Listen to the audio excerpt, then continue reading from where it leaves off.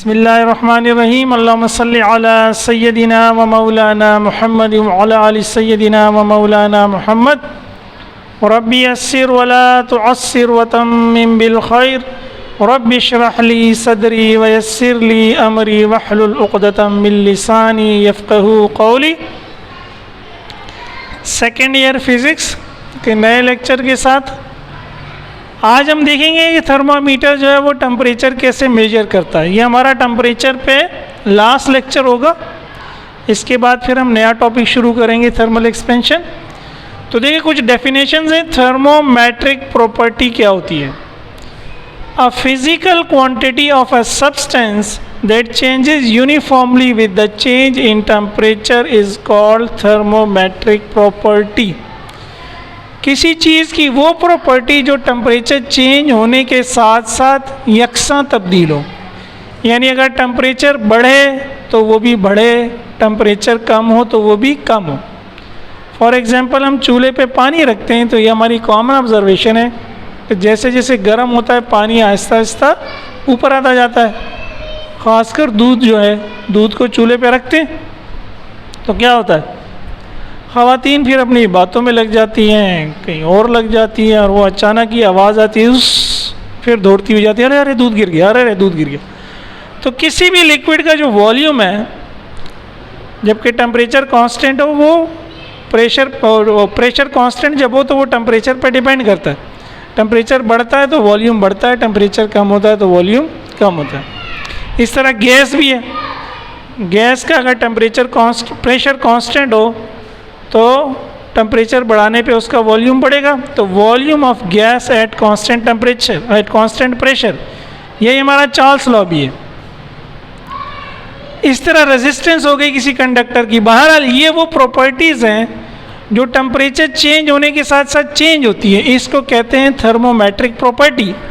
और जिस चीज़ की ये प्रॉपर्टी है उसको कहते हैं thermometric substance. The substance is called a thermometric substance. कोई गैस है, उसका वॉल्यूम टेम्परेचर बढ़ने से बढ़ रहा है तो वॉल्यूम तो थर्मोमेट्रिक प्रॉपर्टी है, वो गैस क्या है, थर्मोमेट्रिक सब्सटेंस है। जिस तरह थर्मामीटर में हम मरकरी यूज़ करते हैं, मरकरी का क्या होता है, टेम्परेचर बढ़ता है तो वॉल्यूम बढ़ जाता है, मरकरी ऊपर चली जाती है ट्यूब में, और टेम्परेचर कम होता है तो उसका वॉल्यूम कम हो जाता है, मरकरी नीचे आ जाती है। तो थर्मामीटर क्या होता है? Thermometer is a device used to measure temperature of a body or a system। देखिए इन जनरल किसी भी इंग्लिश लफ्ज़ के आखिर में मीटर हो ना तो वो मेजरिंग इंस्ट्रूमेंट होता है, मेजरिंग डिवाइस होता है, पैमाइश का आला होता है। जैसे गाड़ियों में लगा होता है स्पीड का एक डाल लगा होता है, उसको कहते हैं स्पीडोमीटर। स्पीडोमीटर क्या है? A device use to measure speed. Barometer, baros pressure को कहते हैं, a device use to measure pressure. तो इसी तरह थर्म जो है यहाँ ये हीट या टेम्परेचर को रिप्रेजेंट कर रहा है। A device use to measure temperature, तो आपको रटने की ज़रूरत नहीं है। अब ये थर्मामीटर कैसे मेजर करता है टेम्परेचर को? तो यही जो हमने पढ़ी thermometric property. Thermometer measures the temperature using thermometric property of a thermometric substance. वो थर्मोमेट्रिक सब्सटेंस की थर्मोमेट्रिक प्रॉपर्टी को इस्तेमाल करते हुए, यूटिलाइज करते हुए मेजर करता है। जैसे कि हमारे पास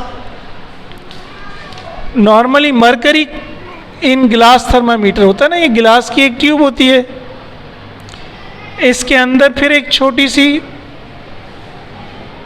ट्यूब के अंदर मरकरी होती है, ठीक है ना, यहाँ वो यूं करके पड़ी हुई होती है। तो क्या होता है, जब टेम्परेचर बढ़ता है तो ये मरकरी क्या होती है, ऊपर चली जाती है।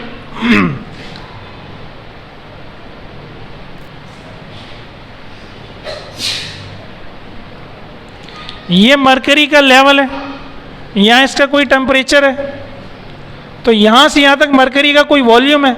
आप फर्ज करें आपने इसको गर्म किया, इसको हीट देना शुरू की।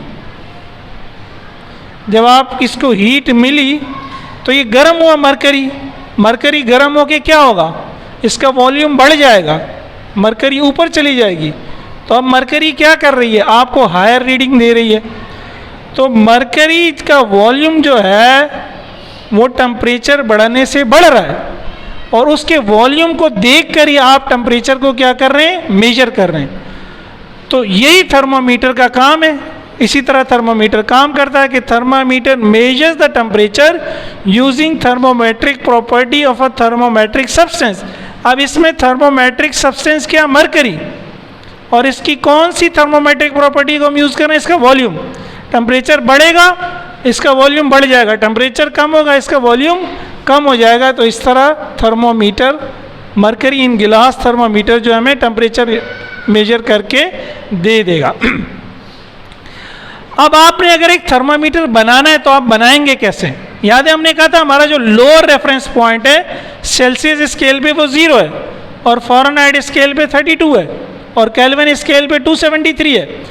आप इस मरकरी वाले थर्मामीटर को लें और मेल्टिंग आइस में रख दें जो हमारा लोअर पॉइंट है, और जहाँ तक मरकरी पहुँचेगी, अगर आपने सेल्सियस थर्मामीटर बनाना है तो 0 लिख दें उस पर, यानी फ़र्ज़ करें कि ये यहाँ तक है।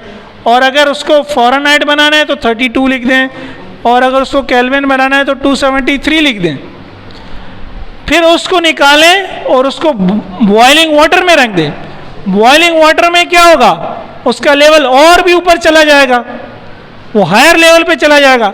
तो वो जो हायर लेवल है उसको आप सेल्सियस पे 100 कहेंगे, फ़ारेनहाइट पे 212 कह देंगे, केल्विन पे 373 कह देंगे। ये आपका थर्मामीटर बन जाएगा। ठीक है। अब लास्ट लेक्चर में हमने एक प्रॉब्लम की थी बुक की 11.1 का पार्ट 2, जिसमें सवाल ये था कि फ़ारेनहाइट स्केल और सेल्सियस स्केल कौन सी वैल्यू पे एक ही रीडिंग देते हैं, कौन सी वैल्यू पे मिल जाते हैं।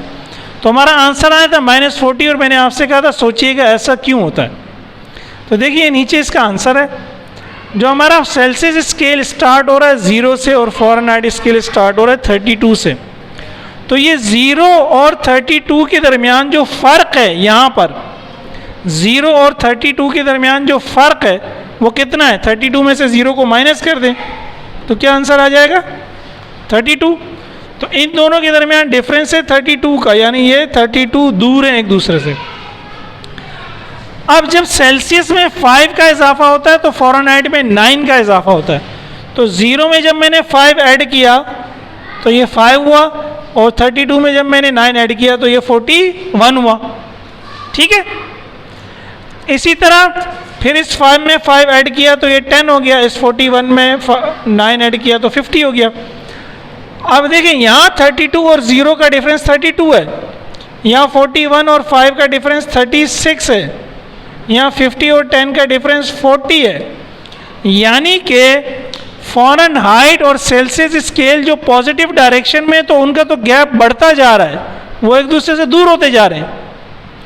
अगर हम उल्टी साइड पे चलें, माइनस वाली साइड पे चलें, तो अगर यहाँ से मैं माइनस करता हूँ 5 को, तो 0 माइनस 5 क्या होगा? -5, और 32 माइनस 9 क्या होगा? 23। ठीक है।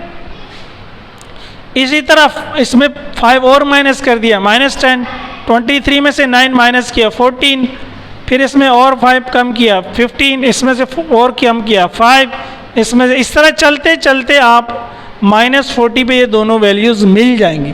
इनका गैप कम हो रहा है। ठीक है ना। 32 और 0 32 था, 23 माइनस -5 प्लस हो जाएगा, 23 + 5 क्या हो जाएगा? 28। तो नेगेटिव साइड पे आप जाएंगे तो एक दूसरे के करीब आएंगे। तो नेगेटिव साइड पे मिलने की रीज़न ये है कि नेगेटिव साइड पे उनका जो डिफरेंस होता है टेम्परेचर के साथ साथ कम होता जाता है, और सिर्फ यही वैल्यू है जिस पे ये मिलेंगे, क्योंकि 40 में से आप और 5 माइनस कर देंगे तो ये क्या हो जाएगा? -45, और इसमें से 9 और माइनस कर देंगे तो ये -49 हो जाएगा। सिर्फ इसी वैल्यू पर ये दोनों मिलेंगे।